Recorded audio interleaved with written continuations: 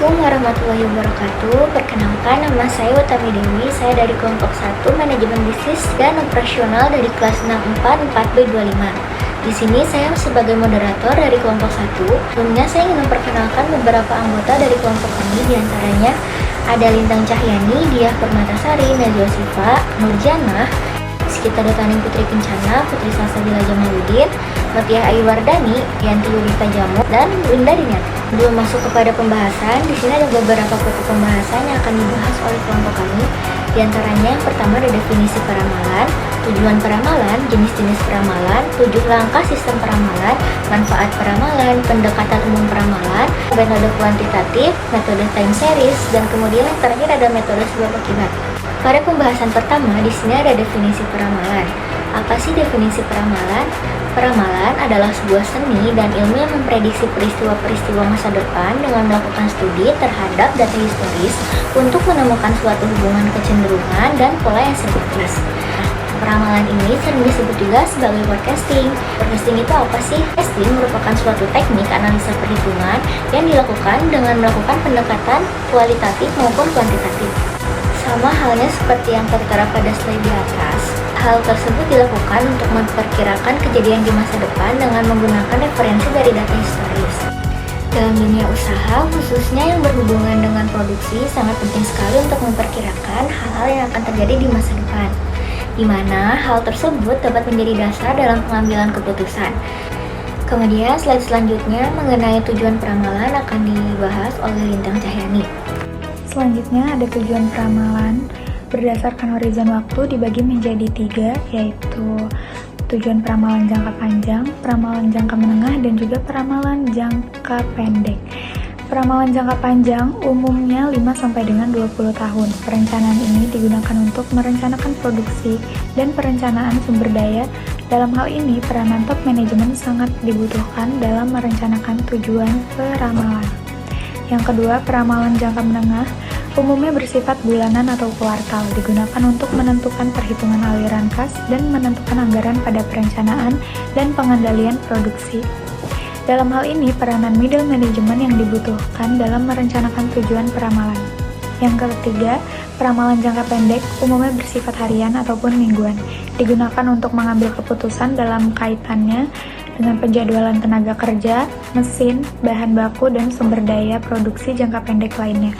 Peranan low management sangat dibutuhkan dalam menetapkan tujuan peramalan. Selanjutnya, saya akan menjelaskan tujuan peramalan menurut Dharmanegara.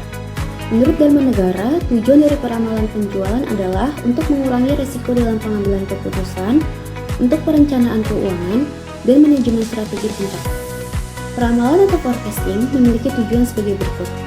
Yang pertama, untuk mengkaji kebijakan perusahaan yang berlaku saat ini dan di masa lalu, serta melihat sejauh mana pengaruh di masa datang. Yang kedua, peramalan diperlukan karena adanya time lag atau delay antara saat suatu kebijakan perusahaan ditetapkan dengan saat implementasi. Dan yang ketiga, peramalan merupakan dasar penyusutan bisnis pada suatu perusahaan sehingga dapat meningkatkan efektivitas suatu rencana bisnis. Dengan demikian, tujuan utama perusahaan dalam pemakaian peramalan atau forecasting adalah untuk mengevaluasi kinerja di masa lalu guna mengetahui segala kemungkinan yang terjadi pada perusahaan di masa depan untuk membantu manajemen dalam pengambilan keputusan di masa yang akan datang dan diimplementasikan sesuai dengan perencanaannya. Jenis-jenis peramalan. Jenis-jenis peramalan yang pertama yaitu berdasarkan sifat dan penyusunannya yang dibagi menjadi 2. Pertama ada peramalan subjektif, yaitu peramalan yang didasarkan atas perasaan atau intuisi dari orang yang menyusunnya.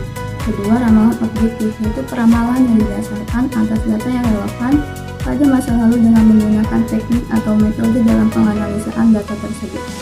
Selanjutnya, peramalan yang kedua, yaitu berdasarkan sifat peramalannya yang dapat dibedakan atas 2 jenis. Yang pertama, peramalan kualitatif atau teknologi, yaitu peramalan yang didasarkan atas data kualitatif masa lalu.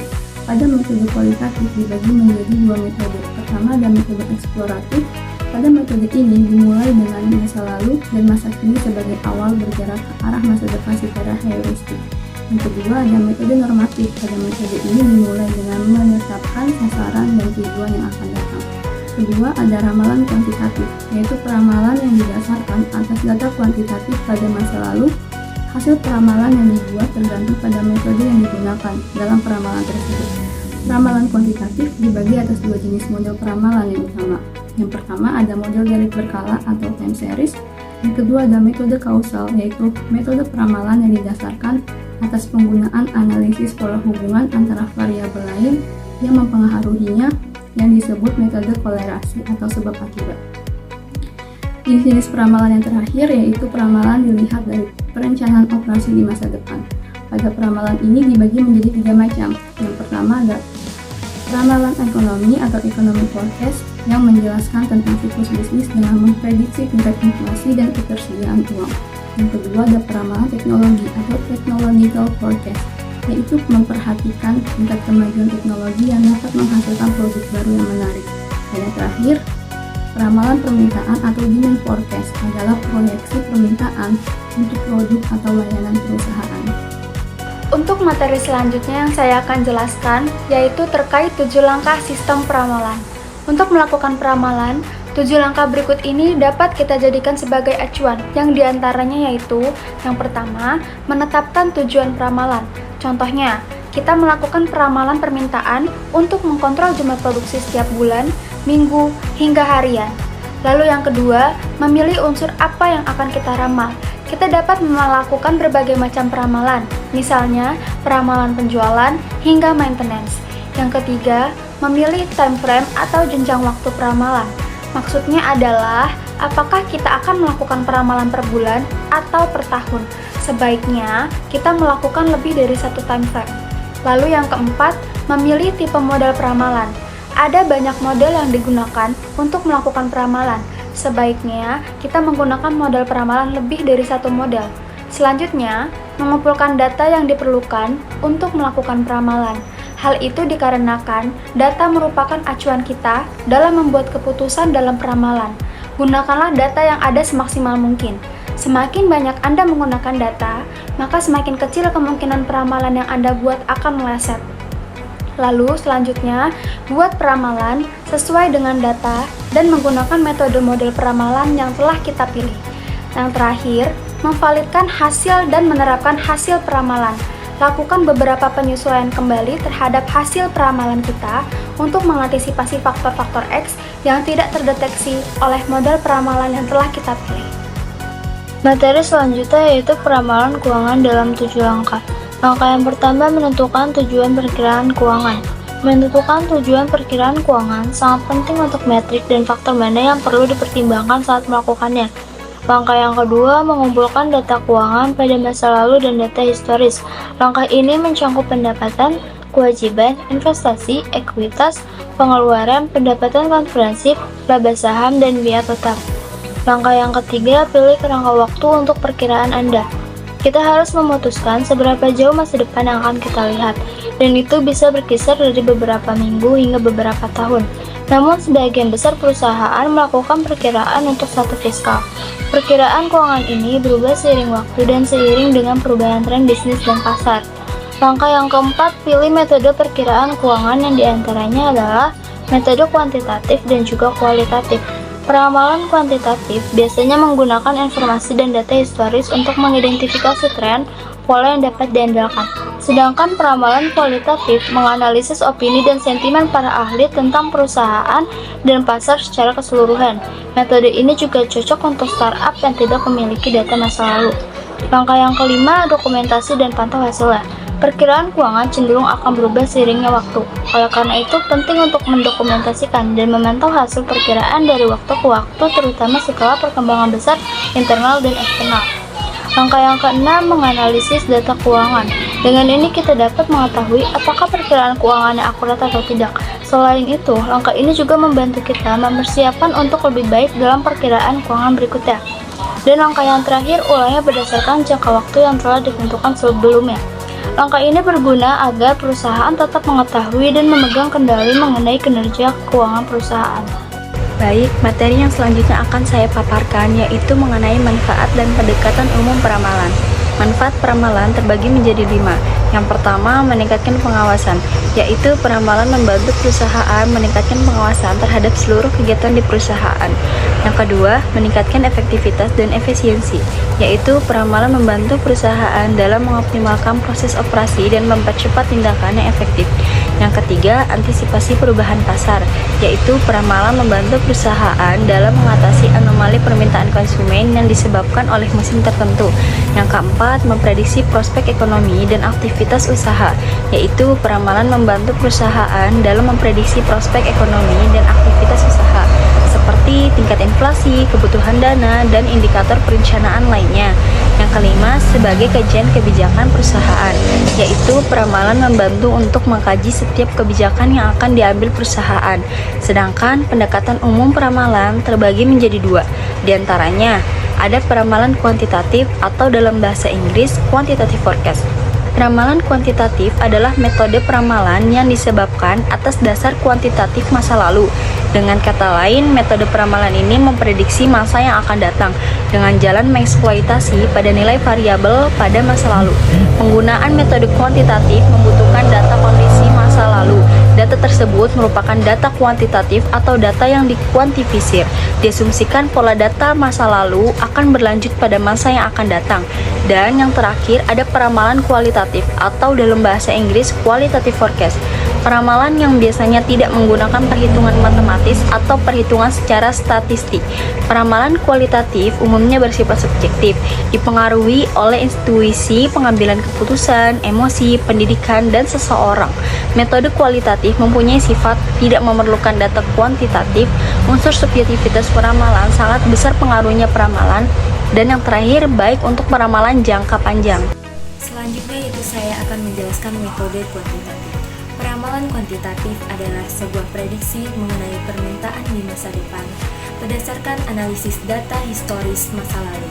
Data tersebut dapat mengungkapkan pola musiman dan perubahan tren yang berpotensi berdampak pada produksi dan penjualan, sehingga dapat membantu bisnis mengambil keputusan berdasarkan data.